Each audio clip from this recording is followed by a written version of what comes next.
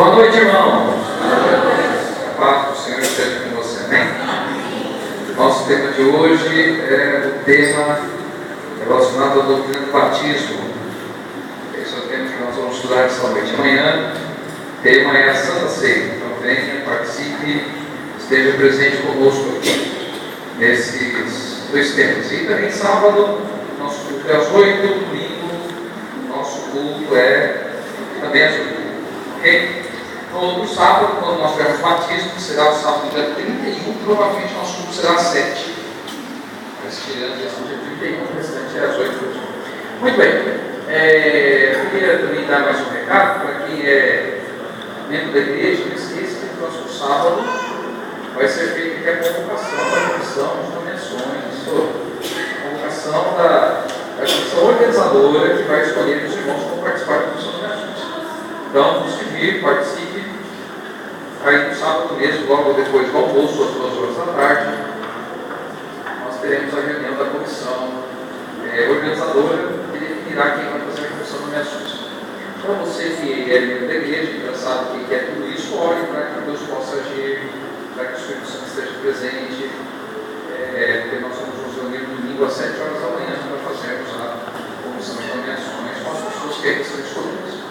Como nós temos nosso culto à noite, não temos jantar, na hora do culto, no sábado à noite, vai ser lido a ata da reunião da comissão organizadora. Então, para vocês terem ciência de quem vai estar no domingo de manhã participando. Muito bem, então vamos lá. Esse tema aqui é o tema nosso, é o tema do batismo. Então, nós estamos hoje no dia de número 12. Esse aqui está o tema 15, tá? Porque nós juntamos alguns outros, né? Então, nós estamos no tema 15. E nosso tema do batismo, hoje nós vamos falar exatamente sobre a questão da teologia do batismo. Então, esse que é o ponto, não é simplesmente um estudo bíblico relacionado ao batismo. Tá? Quão importante é o batismo? Essa é uma pergunta que muitas pessoas se fazem. Se, por acaso, o importante é entregar minha vida a Deus, por que eu preciso batizar? Vamos ver por que o batismo é importante. Deus ele quer batismo? Essa é outra pergunta que deveríamos fazer. Será que Deus pediu isso ou é uma coisa só da igreja, de pastor e tudo mais? A salvação ela depende de uma pessoa ser batizada, nós vamos explicar isso também hoje, tá? Primeiro nós devemos ver que Jesus nos deu exemplo. Esse é o primeiro ponto que é importante nós vermos nesta noite. Jesus deu exemplo. João ele não queria batizar Jesus, mas Jesus mostrou a razão para o batismo. Abra a Bíblia em Mateus capítulo 3, versos 14 e 15. Olha o que diz aqui. Mateus capítulo 3, versos 14 e 15. É isso aí, Daniel. Daniel sempre acha rápido, viu, irmãos? Daniel, todo lugar que eu vou que ele prega, ele acha rápido demais a passagem. Entendeu? Eu ainda nem terminei de apertar o slide, ele já está procurando. Mateus capítulo 3, versos 14 e 15, a Bíblia fala assim. Aqui diz que João, no caso, quando diz ele, porém, dissuadia. Ou seja, João tentava convencer Jesus de não batizar. E o que João dizia? Eu é que preciso ser batizado por ti, tu vens a mim? Verso 15, mas Jesus lhe respondeu, deixa por enquanto, porque assim nos convém cumprir toda a justiça. E então ele o admitiu. Ou seja, João batizou Jesus para que toda a justiça de Deus fosse cumprida. Então Jesus ele nos deu um exemplo para que nós fizéssemos a mesma coisa, cumpríssemos a justiça de Deus. Se Jesus, que não conheceu o pecado, foi batizado para cumprir toda a justiça, nós, como pecadores, devemos fazer o mesmo. Então é importante você batizar, por quê? Porque, em primeiro lugar, você é um discípulo de Jesus. E se ele batizou, você tem que passar pela experiência, você está seguindo Jesus, seguindo os passos dele, né? Agora, o batismo também é um mandamento de Jesus ligado à salvação. Olha o que diz em Mateus, capítulo 28, versos 18 a 20. Por favor, abra aí para a Bíblia em Mateus, capítulo 28, versos 18 a 20. Mateus, capítulo 28, versos 18 a 20. A última ordem de Jesus aos discípulos, chamada a grande comissão, diz assim: Jesus, aproximando-se, falou-lhes, dizendo: toda a autoridade me foi dada no céu e na terra. Ide, portanto, fazer discípulos de todas as nações, batizando-os em nome do Pai, do Filho e do Espírito Santo, ensinando-os a guardar todas estas coisas que vos tenho ordenado, e eis que estou convosco todos os dias, até a consumação dos séculos. Ou seja, Jesus, irmãos, ele diz que todos os seguidores devem ser batizados. Ele diz: ide, portanto, fazei discípulos, batizando-os em nome do Pai, do Filho e do Espírito Santo. Batismo não é o fim de um aprendizado, porque o próprio Jesus mostra que depois do batismo você vai aprender mais, tem que aprender a vida inteira, nunca vai parar de aprender. Mas Jesus, ele mostra o batismo como um cumprimento de toda a justiça de Deus, e além disso, ele também mostra o batismo como algo importante para quem o seguia. Se segue, tem que ser discípulo, tem que ser batizado. Então o batismo está intimamente ligado à salvação. Como diz em Marcos 16, quem crer e for batizado será o quê? Salvo. E você pode falar assim: se a pessoa, por exemplo, aceitou Jesus e morreu e não foi batizada, quer dizer que essa pessoa está perdida? Eu não posso dizer isso, porque o julgamento ele pertence única e exclusivamente a Deus. Deus é que sabe qual é o futuro das pessoas. Também, se alguém falasse assim: mas então quer dizer que todo mundo que é batizado é salvo? Também não posso dizer isso, porque tem pessoas que são batizadas depois que desviam dos caminhos de Deus, renegam a Deus, então o julgamento está só nas mãos de Deus. Mas se você quer verdadeiramente seguir Jesus, você tem que ser batizado como Jesus foi, cumprindo toda a justiça do Pai. Mesmo que alguém tente dissuadi-lo, como foi o caso de Jesus, ou de João Batista, tentou convencer Jesus a não batizar, mas eu não sei se ele permaneceu firme no propósito, e ele acabou sendo batizado para nos dar um exemplo. Então, o batismo também é comparado à salvação do dilúvio.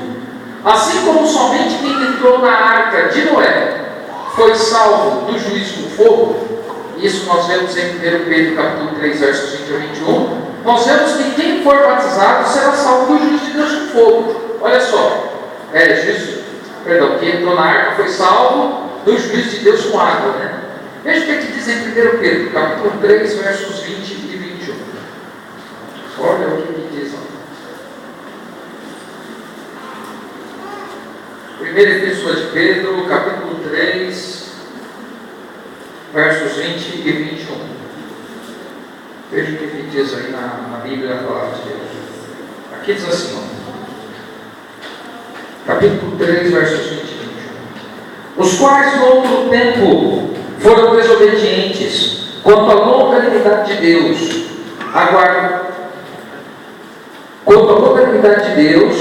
aguardava nos dias de Noé, enquanto se preparava a arca, na qual poucos, a saber, 8 pessoas foram salvas através das águas.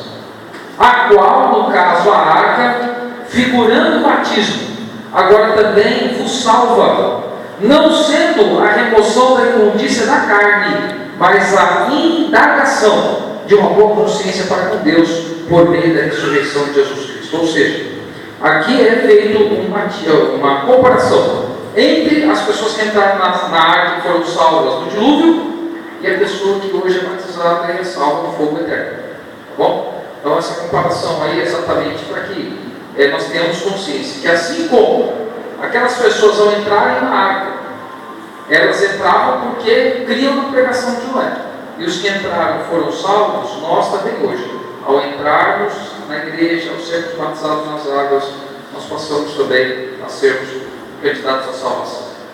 Agora, o batismo em si, como eu já disse, ele não garante nada. Mesmo sendo essencial para a salvação, o batismo não é garantia da mesma. Além de sermos batizados, temos que agradar a Deus, seguir seu plano salvífico em que momento? Diariamente.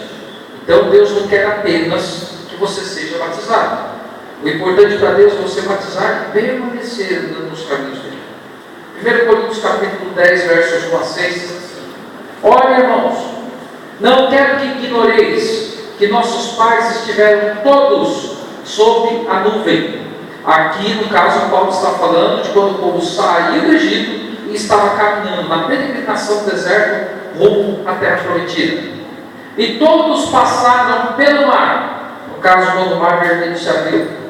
tendo sido todos batizados, assim na nuvem como no mar. Ou seja, para Paulo, a nuvem cobriu o povo durante o dia, e o povo ter passado no Mar Vermelho eram símbolos do batismo, que acontece no caso nos dias de Paulo. Aqui ele fala assim na nuvem como no mar, com respeito a Moisés. Todos eles comeram de um só manjar espiritual e beberam da mesma fonte espiritual. No caso aqui, o manjar espiritual, você poderia falar que é a palavra de Deus, mas também tem a ver com a água que jorrava da pedra e com o pão que caía do céu. Porque bebiam de uma pedra espiritual que os seguia, e a pedra era Cristo. Entretanto, Deus não se agradou da maioria deles, razão porque ficaram prostrados no deserto. Olha, estas coisas se tornaram exemplos para nós, a fim de que não cobicemos as coisas más como eles cobiçaram. Ou seja, aqui fala que todos foram batizados, mas Deus se agradou de todos eles? Não. Então o batismo, irmãos, não garante a salvação de ninguém. Deus ele fica feliz quando uma pessoa se batiza? Sim, porque na Bíblia diz que a alegria do céu quando um pecador se arrepende. Então existe felicidade. Batismo com arrependimento, e onde você todos os dias anda com Jesus. Não é só no dia que você é batizado, não é só no dia de culto. Todos os dias devemos andar com Deus. É claro que na nossa caminhada com Deus nós temos altos e baixos. Tem momentos em que você vai tropeçar e cair, mas se você está caminhando com Deus, você vai sentir que você pode estender as mãos e Deus vai pegar na sua mão e vai te levantar. Você vai atender o convite, como o Edivaldo disse aqui, Mateus 11, 28. Vinde a mim, todos que estão cansados, sobrecarregados, e eu os aliviarei. Esse convite de Jesus é um convite que nós vamos atender quando somos verdadeiramente batizados, quando realmente aceitamos a Jesus como Salvador. A questão de apenas o batismo. Até outro dia, uma pessoa na saída do culto estava falando aí para mim: pastor, é aquele negócio lá, o pessoal vê lá, tem um só batismo, Nós vamos explicar essa questão aí a partir de agora, tá? Então, a palavra batismo, ela é uma tradução do grego baptizo, que quer dizer mergulhar. Essa é a primeira coisa que devemos entender. Ou seja, a pessoa para ser batizada ela tem que ser o quê? Mergulhada. O corpo inteiro tem que entrar na água, não é só uma parte do corpo, tá? Por isso, o batismo por aspersão não pode ser aceito pela igreja cristã, pois a Bíblia, palavra de Deus, não aprova.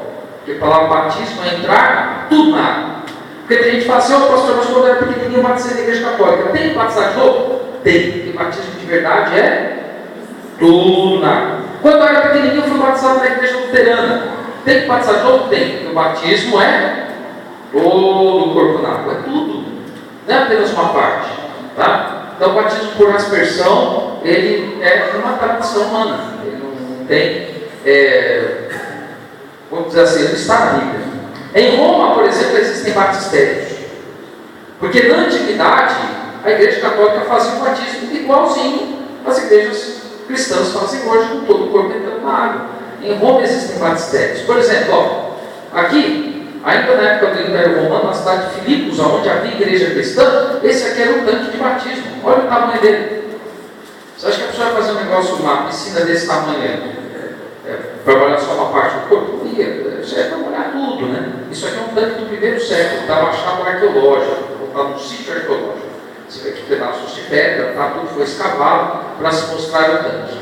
Além disso, na cidade de refúgio, lá na Capadócia, na Turquia, nós encontramos em meio a estas rochas fendas, e aqui haviam igrejas, porque as pessoas fugiram para essas cidades para poderem adorar a Deus na época da perseguição do cristianismo.